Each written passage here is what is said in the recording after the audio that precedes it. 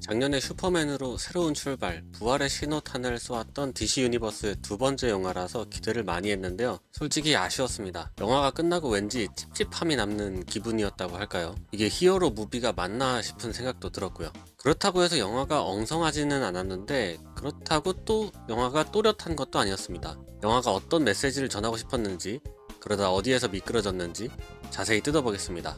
저는 영화 애호가 이호환이고요. 오늘 리뷰할 영화는 슈퍼걸입니다.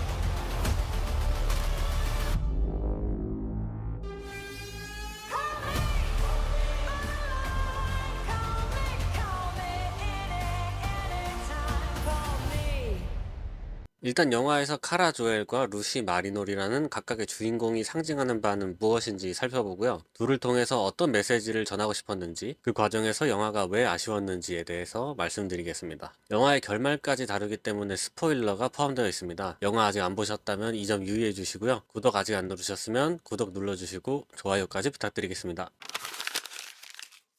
카라 조엘과 루시 마리놀에게는 공통점이 있습니다. 바로 소중한 사람을 잃었다는 점인데요. 카라 조엘은 아르고를 떠나면서 자신의 가족을 포함한 크립톤인들의 멸망을 직접 눈으로 바라봤고, 루시 마리놀은 집안으로 쳐들어온 도적단에게 가족이 살해당하는 모습을 바로 앞에서 지켜봐야 했습니다. 이렇게 둘은 같은 종류의 아픔을 겪기는 했지만 해결하는 방식이 정반대였는데요. 카라 조엘은 파티, 음악, 술 같은 것들로 고통을 자신 안에 묻어놓는 방식으로 아픔을 견디고 있었고, 루시는 가족들을 살해한 도적단에게 직접적인 복수를 하는 것으로 자신의 고통을 해결하고자 했습니다. 그래서 영화의 핵심 갈등인 크립토가 독화살에 맞아서 죽어가는 장면에서도 카라 조엘은 해독제를 찾으려고 했지 화살을 쏜 크렘에게 복수를 하겠다고 하지는 않았습니다. 카라 조엘이 어떤 성향인지 확실히 알 수 있는 그런 설정이었고요. 이렇게 영화는 같은 아픔을 서로 다른 방식으로 해결하려는 두 캐릭터를 병치해 놓고 이야기를 진행하면서 우리가 아픔이나 고통을 어떻게 대해야 하는가에 대한 메시지를 전하려 했습니다. 그리고 카라 조엘과 루시 마리놀의 방식 중에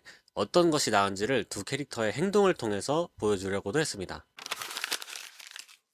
영화에서는 카라 조엘이 고통을 견딤으로써 해결하는 장면이 여러 번 등장합니다. 카라가 우주버스를 타고 가다가 우주 해적을 만났을 때 능력이 사라진 상태에서 우주선 밖으로 내보내졌고, 그것 때문에 죽을 위기에 처하는데 잠깐 그 상태를 참고 태양을 기다리는 것으로 그 위기를 극복했습니다. 그리고 행성에 도착하고 나서는 도적단 정보를 얻기 위해 술집 주인의 집에 머물다가 뒤통수를 맞고 독이 든 차를 마시는 장면이 나오기도 하는데요. 여기서도 카라는 독을 먹었지만 주인에 대한 응징보다 냉장고에 있는 우유를 마시는 선택을 하면서 독에 의한 고통을 참아냈습니다. 또 후반부에 가면 녹색 태양 때문에 죽을 위기에 처하기도 하는데, 여기서도 마찬가지로 노란 태양을 참고 기다리면서 자신의 건강 상태를 회복하는 모습을 보여줬습니다. 반대로 루시는 기회가 올 때마다 적에게 칼을 휘두르려고 했는데, 그럴 때마다 다른 누군가가 죽거나 위험에 빠지게 되었습니다. 이런 식으로 영화는 두 사람이 어떤 행동을 하면 그에 따른 결과가 긍정적으로 혹은 부정적으로 이어지도록 하면서 어느 쪽이 옳은지를 표현하고 있었습니다. 그런데 무엇이 옳고 그른지를 떠나서 이런 설정 자체가 영화의 가장 치명적인 단점이기도 했습니다.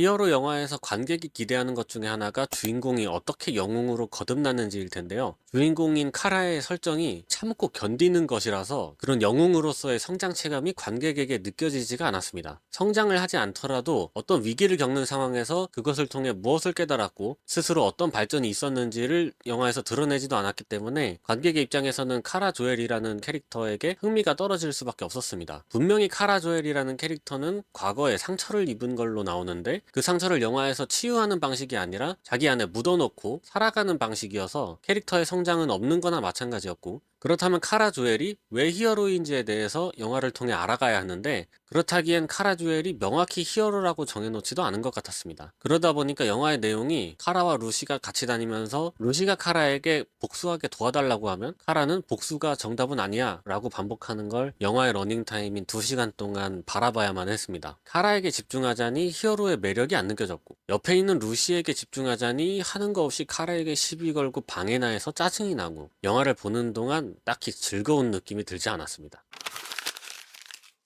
어쨌든 영화는 결론적으로 카라의 방식이 옳다고 말하고 있었습니다. 자신이 과거에 겪은 고통에 대해서 극복하려고 거기에 모든 신경을 쓰기보다 그 일을 가슴에 품고 앞으로 살 날에 집중하라는 걸 카라와 루시를 통해서 보여주고 있었죠. 그래서 영화의 마지막에 루시가 크렘을 죽이지 않고 넘어간 이유도 거기에 있습니다. 루시가 복수를 하지 않음으로써 이 메시지가 완성되기 때문이었는데요. 그런데 여기서 카라가 크렘을 직접 죽이는 게 좀 아쉬웠습니다. 영화의 메시지에 정면으로 반대되는 행동이잖아요. 아무리 자기의 복수가 아니라 다른 사람의 복수를 대신했다지만 어쨌든 영화에서 본인이 직접 입으로 말했던 대사들, 슬픔에 너무 매몰되지 말라고 했던 거나 복수에 목숨을 걸지 말라고 했던 것과 다른 행동을 하다 보니까 마지막에 크렘을 죽이는 게 시원하기보다는 찝찝하다고 해야 될까요? 오히려 그 장면에서 카라가 크렘을 놔두고 떠난 뒤에 뒤에서 지켜보던 로보가 크렘을 대신 처리하는 방식이었다면 조금 더 캐릭터에도 잘 어울리고 메시지에도 설득력이 있었을 것 같습니다. 로보라는 캐릭터의 등장도 조금 의아했습니다. 영화에 굳이 필요했나 하는 생각이 들었는데요.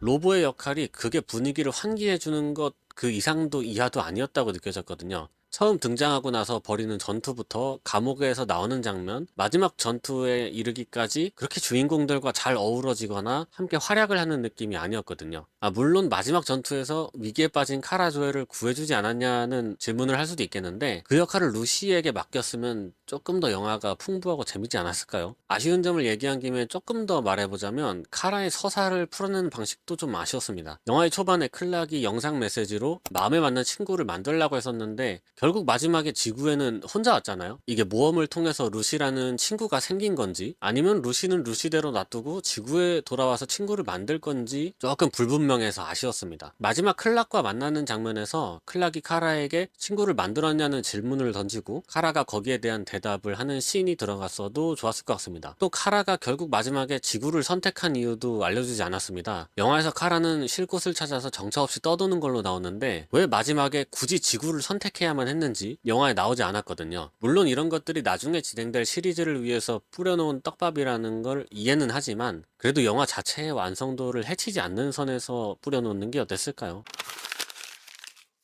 확실히 기존의 히어로 영화와 다르게 가보려고 했던 시도는 나쁘지 않았는데요. 이게 어쩔 수 없이 떡밥을 뿌려야 되고 그것 때문에 단일 영화의 완성도가 떨어진 것 같아서 좀 아쉬웠습니다. 이게 영화에서 고통을 견디는 카라 조엘처럼 저도 고통을 견디는 심정으로 영화를 보긴 했거든요. 이 새로운 시도가 영화의 재미로 연결이 되었다면 조금 더 좋았을 것 같습니다. 영화 슈퍼걸에 대한 제 별점은 2개 반입니다. 여러분은 슈퍼걸 어떻게 보셨는지 궁금합니다. 댓글로 남겨주시면 감사하겠고요. 구독 안 누르셨으면 구독 눌러주시고 좋아요까지 부탁드리겠습니다. 저는 다음번에 다른 영화 리뷰로 돌아오겠습니다. 감사합니다.